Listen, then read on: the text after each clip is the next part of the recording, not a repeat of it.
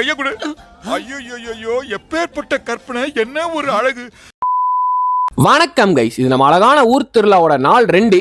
நைட்டே சாமியை பார்த்தலான்னு போய் நின்னா சாமி உள்ள போயிடுச்சுட்டாங்க. சரி, சாமியை தான் பார்க்க முடியல, பட் இந்த மாதிரி விஷயத்துல திருவிழா டைம் மட்டும் தான் பார்க்க முடியும்ட்டு அப்படியே அங்கே நின்று ரசிச்சுட்டு இருந்தது.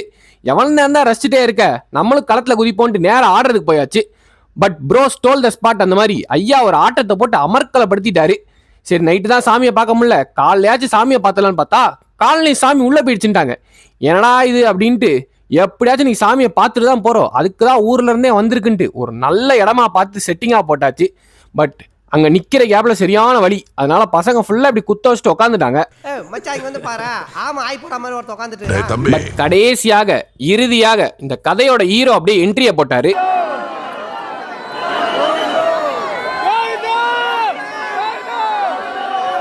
அப்படி சாமியை நல்லா பார்த்துட்டு அடுத்த ஊர் திருவிழாக்காக பஸ்ஸை பிடிச்சி ஊருக்கு போயாச்சு.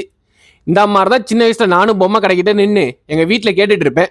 இதை பார்த்தோன்னே அந்த ஞாபகம் தான் வந்துச்சு. அதுக்கப்புறம் இந்த மாதிரி கடைலாம் திருவிழா டைம் மட்டும் தான் போடுவாங்க. ஸோ அப்படியே பார்த்துட்டு குளத்துல பசங்களாம் குளிச்சுட்டு இருந்தாங்க. சின்ன வயசுல நானும் இதில் குளிக்கலான்றப்ப எங்கள் வீட்டில் ஒரே அடி போட்டு அமுச்சு விட்ருவாங்க. இப்போ எந்த பிரச்சனையும் இல்லை, போய் குளிக்கலாம். பட் அந்த வயசெல்லாம் தாண்டியாச்சு. அந்த மாதிரி விஷயத்தெல்லாம் அப்படியே நாஸ்டாலஜிக்காக பார்த்துட்டு நேராக சாமியை பார்க்க வந்தாச்சு.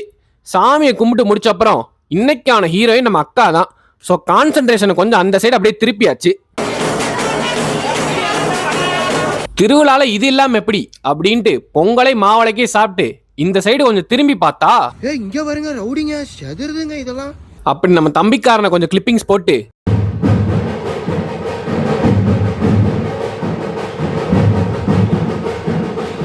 இந்த மாதிரி திருவிழா சவுண்டுக்கு வைப்பை போட்டு வீட்டுக்கு போய் சின்னஞ்சிறுசங்களோட ஒரு மேட்சை போட்டு முடிச்சாச்சு.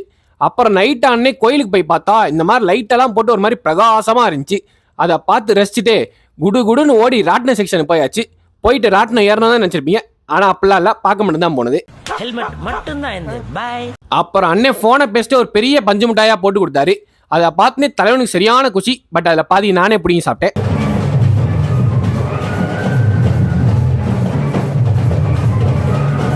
இப்படி பசங்களோட வெறித்தனமான ஆட்டத்தை பார்த்து இன்னைக்கான நாள் ஓவரு. புதுசா பார்க்குற எல்லாரும் மறக்காம ஒரு ஃபாலோ பண்ணி தட்டி விட்டுருங்க. நாளைக்கு ஒரு அருமையான வீடியோவில் சந்திக்கிறேன். போயிட்டு வாங்க.